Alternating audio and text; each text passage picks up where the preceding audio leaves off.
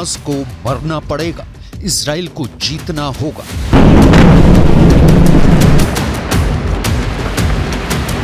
Gaza युद्ध को 3 महीने से ज्यादा का वक्त हो चुका है। 23,000 से ज्यादा फिलिस्तीनी इजराइल हमास के युद्ध में मारे जा चुके हैं। उत्तरी गाजा, दक्षिणी गाजा, मध्य गाजा और गाजा शहर में हमास के लड़ाके पूरा जोर लगा रहे हैं कि किसी तरह से इजरायली सेना को जमीनी युद्ध में हरा दें। लेकिन हाईटेक और घातक हथियारों से लैस इजरायली सेना बेरहम हमले कर रही है। हालात ये हो गए हैं कि हमास के टॉप कमांडर से लेकर आईडीएफ से मोर्चा लेने वाले हमास लड़ाके बहुत बड़ी तादाद में मारे गए हैं।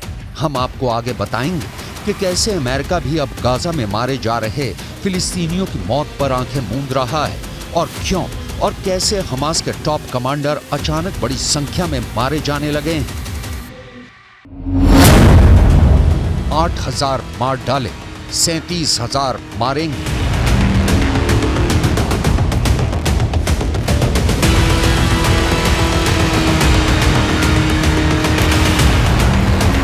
मिडिल ईस्ट मीडिया में इस वक्त गाजा युद्ध पर 2 तरह के दावे चल रहे हैं। मिडिल ईस्ट मीडिया में यह खबर तेजी से उड़ रही है कि मिडिल ईस्ट और पश्चिम एशिया में मौजूद कई मुस्लिम मुल्कों ने अंदर ही अंदर हमास को घातक धोखा दिया है, जिसकी वजह से हमास अब गाजा में बुरी तरह से हारने लगा है। हमास चीफ इस्माइल हानिया और टॉप कमांडर याहिया सिनवार को भी अंदाजा नहीं था कि तुर्की जैसे मुस्लिम मुल्क हमास से गद्दारी करेगा। हमास को यह भी अंदाजा नहीं था कि मुस्लिम मुल्क कतर इजराइल के इशारे पर हमास को सरेंडर करने के लिए मजबूर करने लगेगा। हमास को मुस्लिम मुल्कों ने दिया धोखा।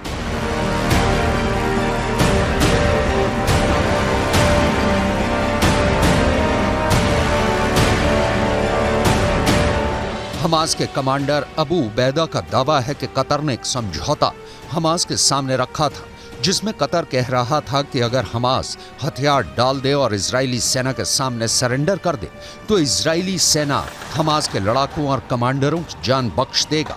हमास के सामने कतर ने यह भी शर्त रखी थी कि हमास को गाजा छोड़ना पड़ेगा और पूरे गाजा में एक गैर हमास दलों की सरकार बनेगी। लेकिन हमास ने कतर, अमेरिका और इजराइल के सरेंडर समझौते को न सिर्फ ठुकरा दिया, बल्कि दिसंबर 2023 से 9 जनवरी 2024 के बीच कम से कम 10 बड़े हमले इजरायली सेना पर किए हैं।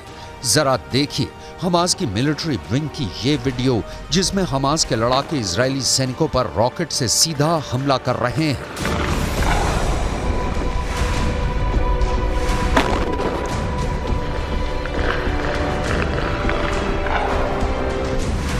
हमास मिलिट्री विंग के इस वीडियो में साफ देखा जा सकता है कि इजरायली लड़ाके गाजा सिटी में ऑपरेशन करने जा रहे हैं, लेकिन इसी बीच एक तबाह इमारत की बालकनी से रॉकेट से हमला किया जाता है, जो सीधे इजरायली सेना के पास आकर गिरता है। इसके अलावा हमास लड़ाकों को घातक हथियारों के साथ मलबे और तबाह वाहनों के पीछे से भी हमला करते हुए देखा जा सकता है।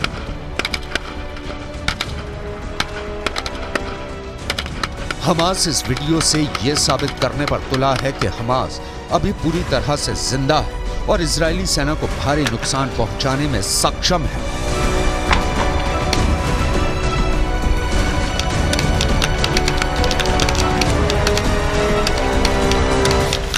אתמול חשפנו באל בורג' את מפעל הייצור הרקטות ואמצעי הלחימה הגדול ביותר של החמאס.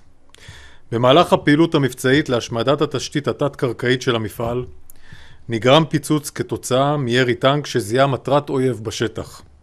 ככל הנראה, פגז של הטנק פגע בעמוד חשמל סמוך שגרם להפעלת המטען.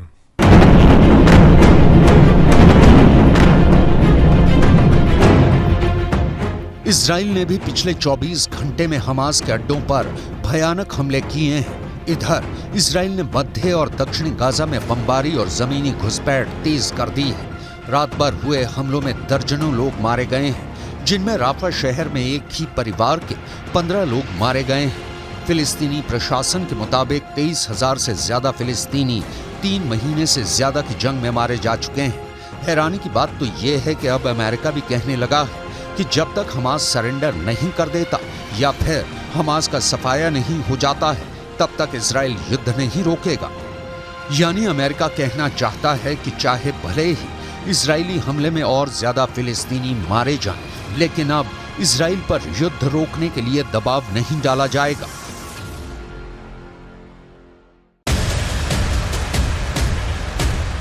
इजराइल की राजधानी तेल अवीव से 9 जनवरी 2024 को आई इन तस्वीरों को देखिए, जहां पर अमेरिकी विदेश मंत्री एंटनी ब्लिंकन इजराइल के प्रधानमंत्री बेन्यामिन नेतन्याहू के साथ मीटिंग कर रहे हैं। नेतन्याहू के चेहरे को देखकर साफ अंदाजा लगाया जा सकता है कि उन्हें गाजा में हमले और तेज करने की हरी झंडी अमेरिका की तरफ से अमेरिकी विदेश मंत्री एंटनी ब्लिंकन दे रहे हैं।